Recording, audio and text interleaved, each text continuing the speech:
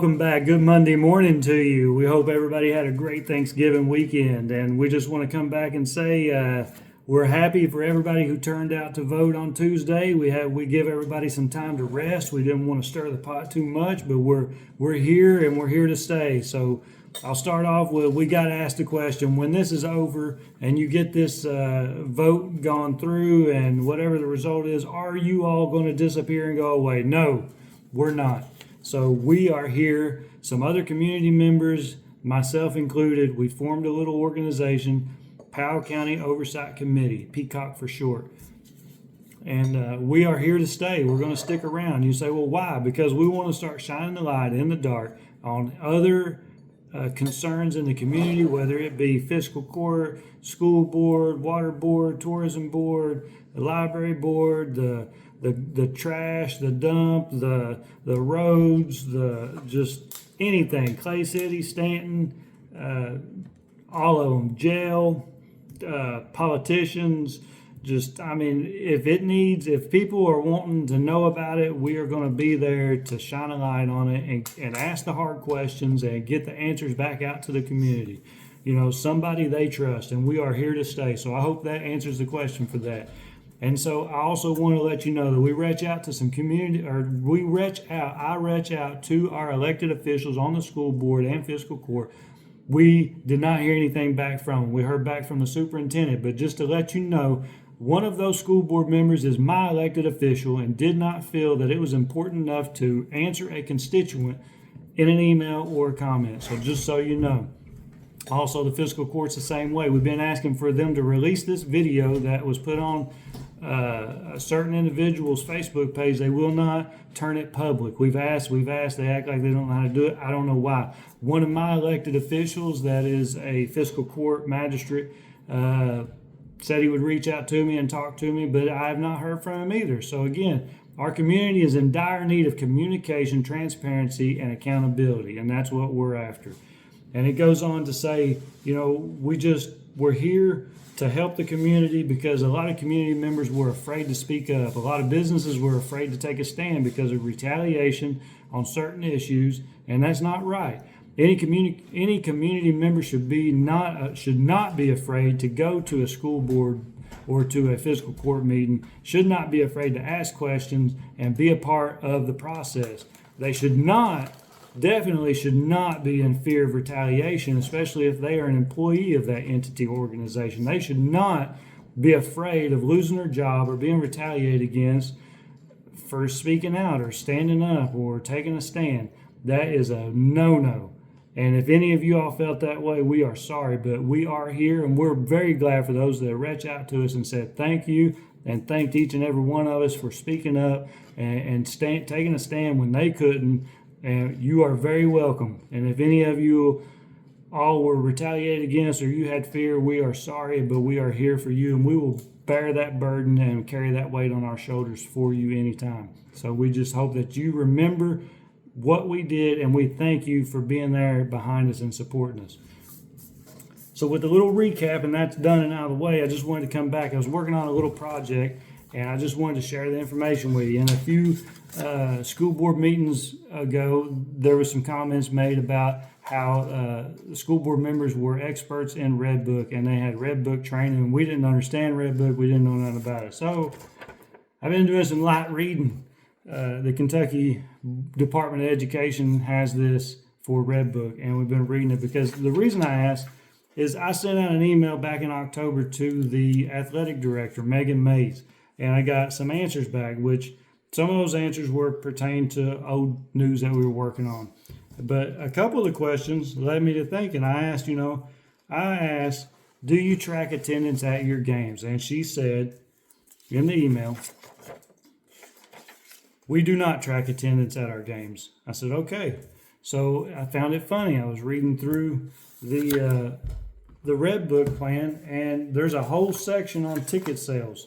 Page 10, ticket sales. Item number 1, again, I can't speak on everything in this because I don't know the internal workings of when they get their tickets and when they bring them to the stands, but I can speak on what I've seen and what I participated in. And I just found this very interesting. Line number one, all pre-numbered tickets shall be used at all events where admission is charged, including athletic events, dances, concerts, plays, proms, season passes. But they must change or rotate ticket colors with each event. And it's not necessary if there are two games played back to back. So in my mind there, how many of y'all can remember going to games, basketball, football, whichever, and what color was your ticket? Because I can only remember one color, red. It didn't matter. I went to this Friday and I went to next Friday, the ticket was red. According to this, it shouldn't be that way. So you let me know. Do you remember the colors? If you went from one week to the next, what color was it? You let me know if you remember them changing colors, if it's a different ticket, but just keep that in mind. Because when you come over here, there's more processes that they must follow. Did you know they had to have two people working the front, just like when you go to a movie theater? You buy your ticket, then you go in. Before you go in, you hand your ticket to the ticket taker. He rips it in half and gives you half back. Well, did you know that process was supposed to take place at these sporting events when you buy an admission ticket? It says line number 7, 2 people, ticket seller and a ticket taker, are required to work the gate. Your ticket seller gives you the entire ticket, the whole ticket, when you pay for it. Number 8, the customer then gives the entire ticket to the ticket taker. The ticket taker tears the ticket in half and gives half back to you and retains the other half, because they have to make a report called Report of Sales Section Form, FSA1. They have to complete that. So then it goes down to number 9.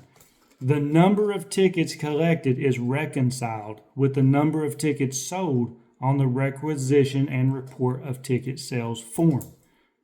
The amount of cash collected and the total sales amount is compared to the amount to be deposited, and the total amount of cash and checks collected is compared to the number of tickets sold, with any cash over and short identified before turning the form and money into the school treasurer. So bingo. If you take number 9 alone there and you compare it to the answer, we do not track attendance at our games, I don't really know why you would answer the question like that, because you have to, and you have to track the ticket stubs and compare it to the money you had. So even if you've done simple math, if you have 100 people come in and they charge $5 a ticket, that's $500. And then if you do reverse math and you have $500 and you know you sold tickets for $5 a piece and you divide it, you would know you had sold 100 tickets. So you would be tracking that just for financial purposes that you have to report to your treasurers. I mean, they treat these tickets, if you read this whole thing, those rolls of tickets, they treat those like gold bars at Fort Knox. They have to be kept in a secure place. They have to be accounted for, like signed in, signed out. You got to track the number that's on the ticket before it starts, track it when it comes back, the number of the ticket that's left on it there. And I mean, they got to, like I said, these things are like gold at Fort Knox if you read this. So there's a lot of accountability. So how are you not tracking how many people are going into your games and your events? That's not right. And I mean, secondly, wouldn't you want to track how many people are coming to these events and these games? Either because attendance is low, you would want to be doing something to figure out how to get attendance higher. You would want to be engaging the community. Our attendance is low. We need to send out more marketing, more advertising. You need to get the kids spreading the word. You need to get the community involved. You want to get them to come to support you. And if your attendance is high, then that's great. You'll be tracking that, and you're going to know where your money's going. And that was another question. I said, well, where does the money go that you get from these gate fees? And the only answer was, the money goes into a general account, and then it pays for officials who work the games and the gate workers. It also funds KHSAA fees, assigner fees, 14th region fees, district fees, etc. So, me personally, I think if it's a school athletic event, you should get in for free. That's just your tax money paid for it. You should be going to those games for free. But also, I think it should be changed. There should be some things changed. So I think if the community wants to support these sports, they should be willing to pay a good price ticket fee to get in. I do agree. I don't know why you're laughing, but I think that it's worth a minimum amount of money to support these facilities. So example, it's like, well, everybody's barking, well, you're going to stop this and you don't want to give any solutions to anything. And no ideals. Well, we give out ideals, but we get shot down. The last time somebody suggested you sell T-shirts or something, everybody laughed the person off the stage, which I thought was really rude, but it was really creative. And some other people think that it's impossible to sell hats for $1,200 a piece in order to fundraise the field. So, but that was a serious comment for me. It might have been a joke to somebody else, but here's the thing. You think you can get 300 patrons, 300 spectators to a game? You do the math. You sell each ticket for $15. 300 times 15 is $4,500. If you do football, soccer, track, baseball, softball, girls and boys basketball, one band event, girls and boys volleyball, and I figured all of those outside events like soccer, football, track, baseball, softball, and basketball, if you have 5 home games and you make $4,500 a game and you do 5 times 5, that's $22,500 per season. So $4,500 for band, because I don't really know much about band, but I'm going to say, let's say they hold one event at their home field. That's $4,500. The girls and boys basketball, I figured $45,000 for a season because you got 2, and then, basketball. Volleyball, I don't really know how many home games they have, but I figured between the girls and boys, you would probably get 5 games, so $22,500. But anyways, I did all that, and then middle school's got football, soccer, track, baseball, softball, and then elementary schools at least got the football. And if every one of those do 5 games, home games, and they have 300 spectators buying a ticket for $15 a piece, you're going to be bringing in $297,000 a year. That's a pretty good chunk. I think I would run the math and be able to support new facilities one at a time, improvements, and fund it, make it self-sufficient. If you think enough of the community members want to get in there and support these, then they would fund it by buying tickets, by buying merchandise. Why can't the kids start making shirts and hats and koozies and coolers and I don't know, all kinds of other stuff, and all this money go into the district activity funds for operational expenses. You read this thing, you learn all kinds of stuff at this. They're going to say, the kids did it. They can't use the kids' money. Oh, yeah. But they can donate it. From what I've heard. I don't know. Yeah. But what she's talking about, though, it says if the funds are generated by students or parents, that fund has to stay with that specific group that raised the money. So, even still, if the basketball team or the football team or whoever makes koozies or hats or shirts, then that money would stay with that group, and then they could put it where they want to, buy stuff. But you have rules on where this money can go, and I didn't know I wanted to break it all down for you, but they can generate this money. All ticket sales can go to improving facilities, repairing facilities, or upgrading facilities. All ticket sales can go to that. And any profits they get from taking pictures, any advertising, as long as it's generated, as long as the students or parents did not solicit for the advertisements, all of that profit from the advertisements can go into the expense part of district activity and can be spent on facility improvements.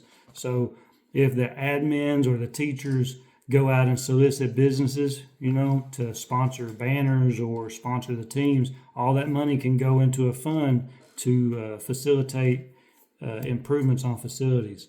And it basically says any funds that are generated not by the students or parents selling or soliciting anything can go into generated for these improvements of funds. So that's just a little tidbit there. But I hope you all understand, if they're willing to deviate on small procedures, are they willing to deviate on large procedures? And everybody wants to say, well, you're just nitpicking stuff. Well, we're not. This is your tax dollars, and you should be expecting it to be watched over very carefully. So again, If you're not counting your attendance and you're not following the rules on ticket sales, what else are you deviating from? And could that lead to a little misuse of funds? I mean, maybe on purpose and maybe not on purpose, but these are the things we're shining a light on. And then just a little example of selling $15 tickets at 300 patrons. I mean, that's just an ideal. Increase your ticket sales. If you think people are willing to come to the events, then you're going to have no problem selling the tickets, and then use all the extra money to go into the funds. These are conversations. This is how you trade ideals with one another and come up with solutions to problems without just increasing the liability on people that really don't want to have that liability. You go to them and ask them if they want to give you the money. You don't go and take it from them. And these are ways that these things can get funded. So again, hope I shared a little bit of knowledge with you. Read book, been reading it. You can get you a copy. You can read it, break it down. These are the policies that we need to look over and make sure they're being followed. We need to understand them as a community, believe it or not, because if some of the community members don't understand or know how to follow, how do you know that these people that are leaders are following and doing what they're supposed to be doing with your tax money? So again, this information is for everybody, but we do thank everybody that asked us to do this for you, and we were more than pleased to do that. So again, we thank you. We'll be coming at you with more information, and I hope you enjoy it. Talk to you later.